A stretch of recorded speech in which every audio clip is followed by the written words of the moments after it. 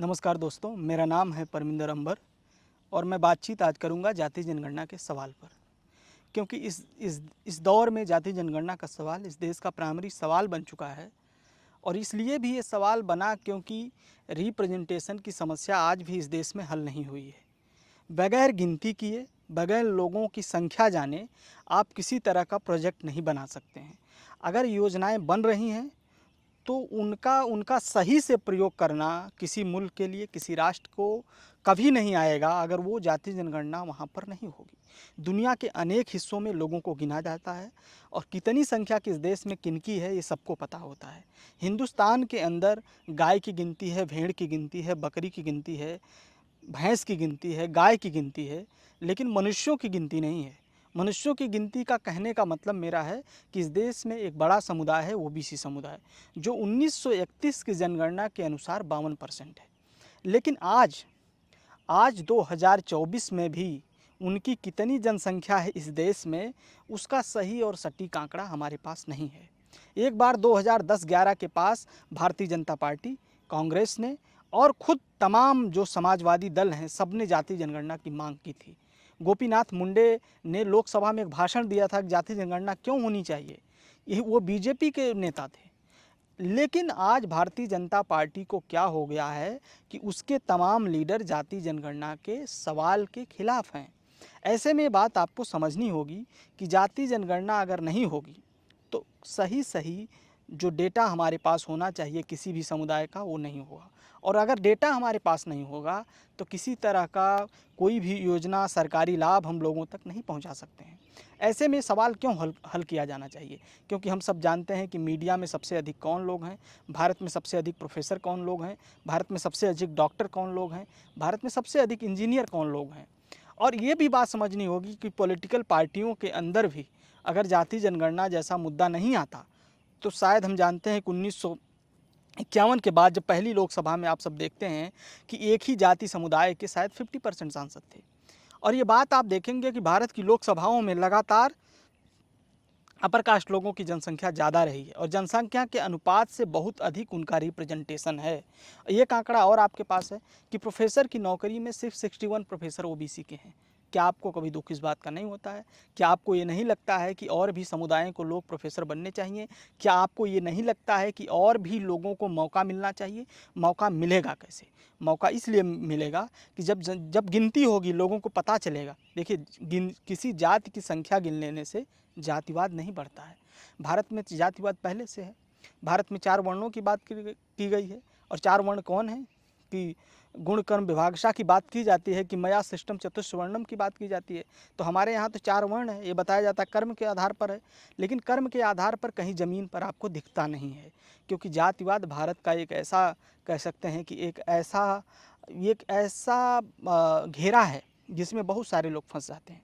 अगर कोई ये चाह ले कि उससे बाहर निकल जाए तब भी वो नहीं निकल पाता है। और ये जात की जो समस्या है, जात की समस्या को ख़त्म करने के लिए जाति जनगणना एक औजार हो सकता है।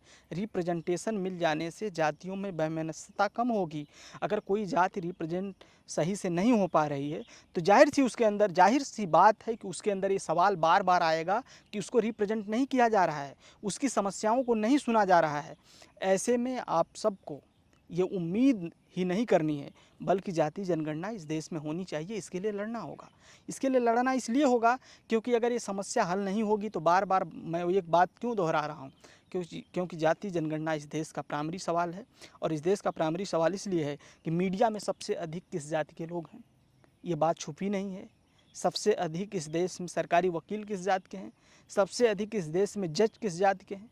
तो न्याय जो प्रणाली है वहाँ भी फैसले कैसे होंगे अगर किसी जाति समुदाय के लोग नहीं होंगे? जिस वर्ग के लोग हैं जिनके लिए फैसला होना है वो लोग उस फैसले में भागीदार नहीं बनेंगे तो कैसे न्याय होगा? बहुत सारे सवाल हैं जो एक दूसरे से जुड़े हुए हैं। दूसरी बात यह है कि जो लोग कहते हैं कि जातिगत जनगणना हो जाने से भारत में जातिवाद बढ़ जाएगा, दरअसल वो अपनी कमियों को छुपाना चाहते हैं। वो ये नहीं चाहते हैं कि और लोगों को मौका मिले।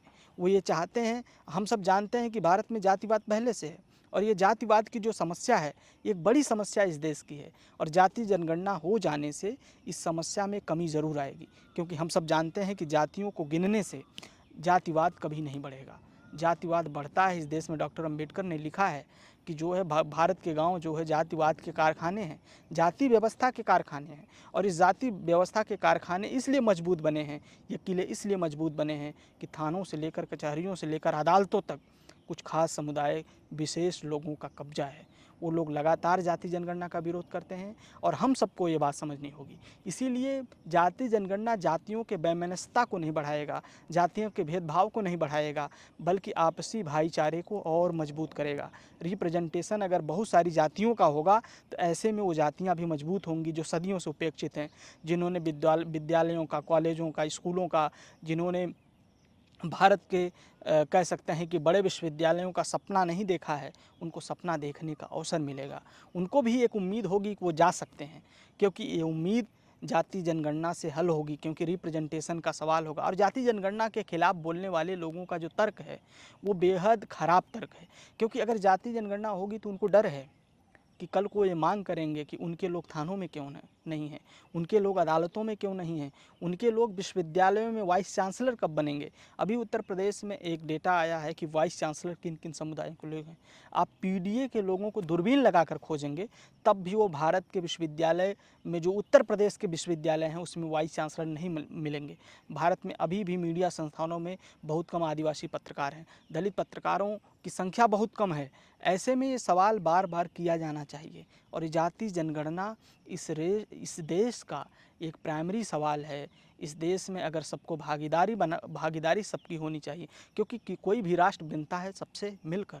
अगर सभी लोगों का इसमें विश्वास नहीं होगा तो कोई भी राष्ट्र मजबूत नहीं हो सकता है। एक और बात जो अंतिम बात कहनी है कि जाति जनगणना इस देश का प्राइमरी सवाल बनाना होगा। अगर ये नहीं हुई तो ओबीसी जातियों को लेकर के